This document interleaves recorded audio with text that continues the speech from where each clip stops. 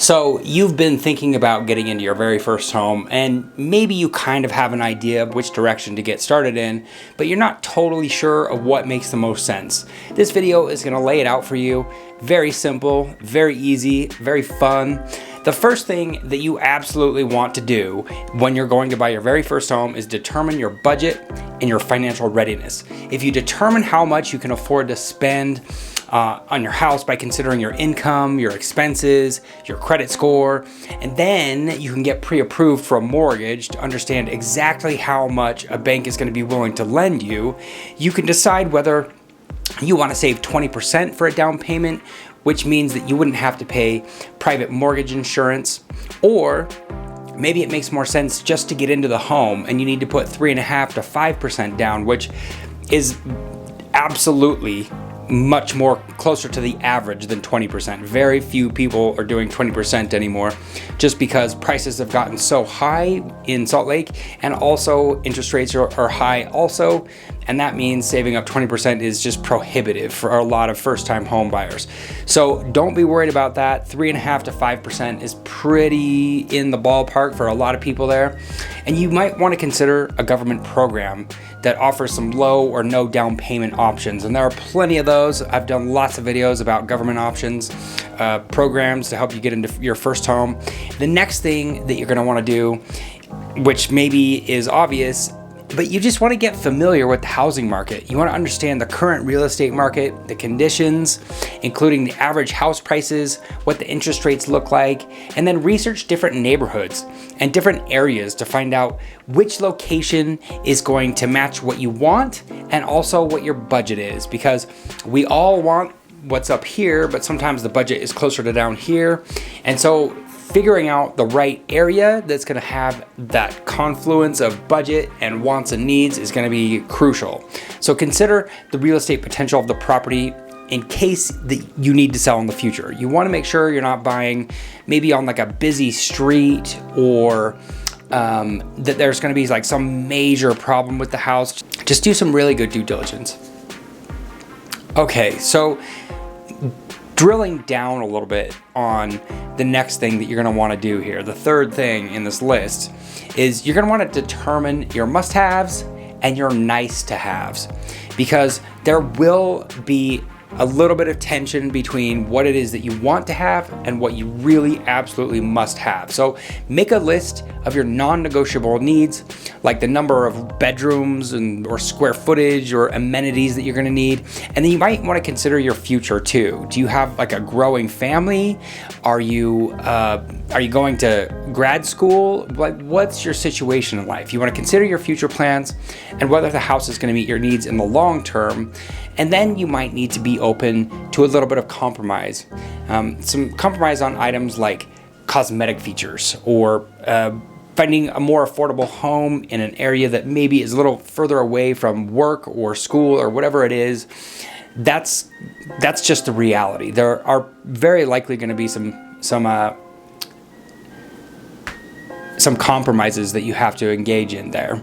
I don't know why compromise flew out of my head for a second. I don't like to compromise. I don't think any of us like to compromise, but that's just reality that we have to do that sometimes. So the fourth thing on our list is that you want to work with a reputable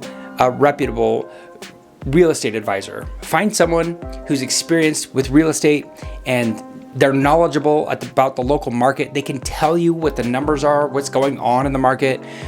Is it an appreciating market, depreciating market? Is it a fast market? Is it a slow market? What's the absorption rate? Does it favor buyers? Does it favor sellers? That kind of stuff is very important to know when you're getting into your very first home, because if you have a very fast seller's market, that means you're not going to be able to ask for quite as much, and you're just going to have to tailor your negotiations and your offer to match kind of that market, so that you don't get burned and you don't miss out on the thing that is really just that you fall in love with. So they can help you navigate the buying process. They can help you negotiate the price. They can help you with valuable insights and advice. And then you just want to make sure that you interview a few agents and choose someone that you feel comfortable working with. And maybe you don't need to interview a bunch of people, but I would say if you meet someone who you are considering to be your agent and you don't click with them, definitely interview a few people. You should definitely feel comfortable with the person that you're working with, because they're going to lead you through some really uncomfortable stuff, or at least it can be uncomfortable, because they got to tell you the truth about some things, like compromises that you don't want to make, or if you're being too cheap or unrealistic about certain things. So it really does matter that you like the person who's telling you these things, right? So that's going to be really important. The fifth thing on this list is going to be start house hunting. Look for those houses that are everything you've been looking for. It's essential that you visit multiple houses and get a sense of the market to find the right one for you. And it's interesting because I found that some clients, we go to the very first home and that is the home. And then what we do is we go look at a few other homes, and that really helps them understand and realize, like, yes, that is in fact the home that I want. And so we go back to that first home and we end up getting that first home. I'm not saying you should buy the first home you see, but I'm saying it does happen sometimes, especially if you've really drilled down and your person has really helped you figure out exactly what you want. You're not looking at a bunch of properties that aren't going to do it for you in the long run anyway. So take notes and photos during the visit to keep track of the features and details of each property. I tell my people, number the property 1 to 10. 10, I really, really want this house. 1, I don't even need to go inside. Leave that number on the sheet that your agent gives to you so that you can keep track of that. I like to ask my people a couple of questions. What do you like about this house? What don't you like about this house? Can you see yourself living here? Do you want to make an offer on this house? These kinds of things to help you really kind of like feel out exactly where you are on the scale of like 1 to 10 for this house. So don't rush into making an offer, and be patient in finding the right house that meets your needs and budgets, but also don't be afraid if you find the perfect house right out the gate and you go look at a few other houses to help confirm that that first house is exactly the one for you.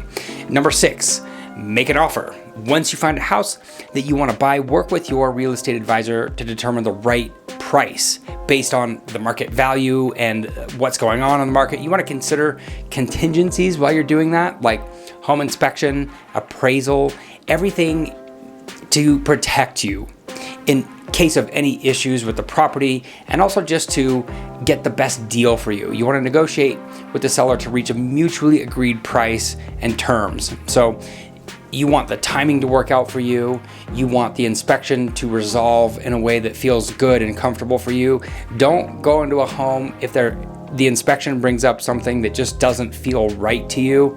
I think sometimes we feel like we have to just sort of like push forward when it makes sense to like really reevaluate. And then I think sometimes it makes sense to push forward instead of overthinking every single little question. So I guess it's up to you and your real estate advisor to help you determine what space you're in right there. So number 7, get a home inspection. Like I said, get that home inspection. It's really important. Once your offer is accepted, you got to hire a professional home inspector to thoroughly examine the property for any little red flags. And the inspection report can help you negotiate repairs or price adjustments with the seller. And it's going to help make an informed decision. And you can back out of the deal if there's major issues, but also you just want to know that you can sleep in this house and not be worried that it's going to fall down on you, right? There will always be things about a house that need some attention, need a little bit of fixing, a little bit of love, especially if you're buying a home. Well, even with a brand new home, even if you bought a home that was just built, there are going to be some things. So just keep that in mind. Number 8, secure financing. Once the offer is accepted, work with your lender to finalize the mortgage process. In other videos, I put the lender a little bit closer to the beginning of the list, and maybe that's true. Maybe when you find a real estate advisor, you should also be finding a good lender that you connect with, because your real estate advisor and your lender, they should work together. You should be a team with these people, because it's the give and take between the lender and the real estate advisor that helps you get the perfect deal that takes into account everything you need taken into account. So make sure you get that mortgage process taken care of. They're going to review your financial documents. They'll order an appraisal, and they're going to issue a loan commitment once you meet all the requirements. Number 9 is going to be close the deal. So review and sign all the necessary legal paperwork, including the purchase agreement and the mortgage documents, and you're going to pay the closing costs, which typically includes the lender and agent fees, title insurance, property taxes. And once that has funded and recorded with the county, then you get to go get your keys to your new home and ensure that all the necessary payments and documents have been exchanged between you and the seller. Like I said, you're gonna make sure all the payment stuff has happened, and then you'll go get the keys, and then you get to prepare for owning a home, which is to say, ongoing expenses. There will always be something going on with your home. Just know that there's always going to be a mortgage payment. There's always going to be property taxes. There's always going to be insurance and maintenance costs. There's always something to fix. And some of those things are going to be big and some of those things are going to be smaller. But if you got a really good inspection done, they shouldn't be surprises to you. They shouldn't be like big surprises. Just make sure to budget for all these expenses and have an emergency fund for unexpected repairs and expenses. Buying a home is a complex process. It requires careful planning, just a little bit of research, and some financial readiness. I would say the financial readiness can be the most complicated thing because it just takes a long time of discipline to save up the money and be sure you have a good budget and know that you can follow that budget and feel comfortable with all of that. But by following those steps that we just went through, you can definitely get into your very first home, and you're gonna have a really good time doing it. It should be so fun.